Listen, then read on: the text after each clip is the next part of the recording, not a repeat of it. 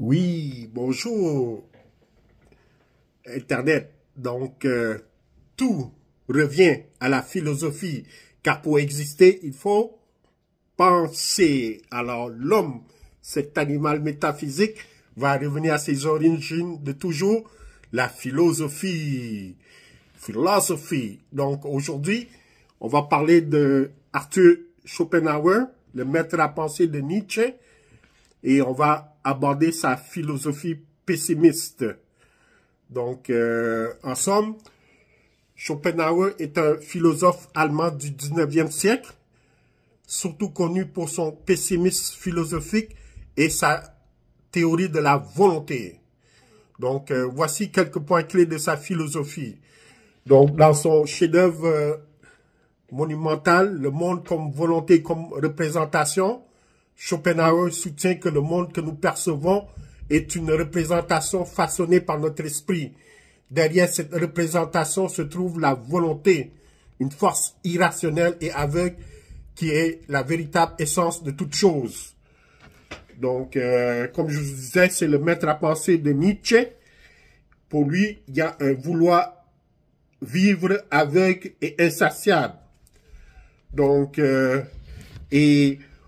et on est condamné à l'existence. On est des prisonniers selon lui. On est des bagnards.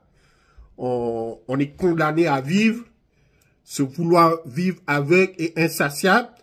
Et c'est pour ça que on sent de la compassion pour nos semblables, pour nos confrères qui sont des co-détenus. Donc, il y a une éthique de la compassion. Malgré son pessimisme, Schopenhauer prône une éthique basée sur la compassion. Il croit que reconnaître une souffrance universelle peut nous conduire à agir avec bienveillance envers les autres, c'est-à-dire nos co-détenus. Donc, on est des prisonniers dans cette vie, dans cette vouloir vivre aveugle et insatiable. Et on souffre tout le temps. C'est la loi de la jungle. C'est les gros poissons mangent les petits poissons et l'homme est un animal métaphysique. Donc, c'est la loi de la jungle urbaine et l'homme souffre tout le temps. C'est un animal métaphysique. Il a des pulsions comme les animaux, des instincts. Et c'est juste la raison, l'esprit, qui fait qu'il n'est pas un animal. Donc, l'homme est un animal métaphysique selon Schopenhauer. Donc, et aussi, Schopenhauer était un grand érudit des traditions orientales et surtout la tradition bouddhiste.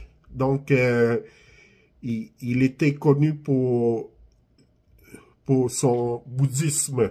Donc, et avec tout ça, Schopenhauer, il disait avec cette souffrance incessante, donc cette souffrance inéluctable, donc Schopenhauer essayait de nous dire que l'art et la contemplation, Schopenhauer voit dans l'art une échappatoire temporaire à la souffrance. L'art, en particulier la musique, permet de transcender cette volonté de vivre et d'atteindre un état de contemplation pure. Donc, c'est par l'art et la contemplation qu'on peut éviter cette souffrance, cette condamnation à la souffrance.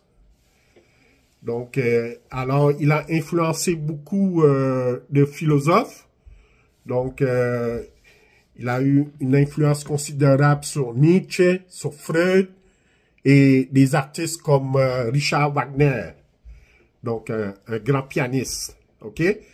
Donc, parfait. Donc, je termine par la citation.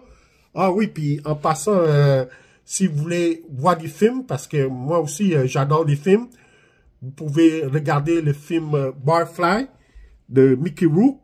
Donc, c'est basé sur Schopenhauer, sur la philosophie pessimiste. Excellent. Donc, je termine par la citation, comme je vous ai dit. Donc, la première citation, c'est sur Nietzsche.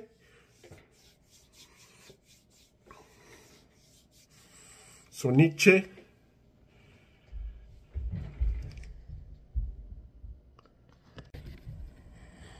Citation de Nietzsche. Ce qui ne nous tue pas nous rend plus forts, nous fortifie à l'école de guerre de la vie. Et son maître à penser, Arthur Schopenhauer. Plus l'être est élevé, plus il souffre. La vie de l'homme n'est qu'une lutte pour l'existence, avec la certitude d'être vaincu. Vaincu. Merci. Et à la prochaine capsule philosophique.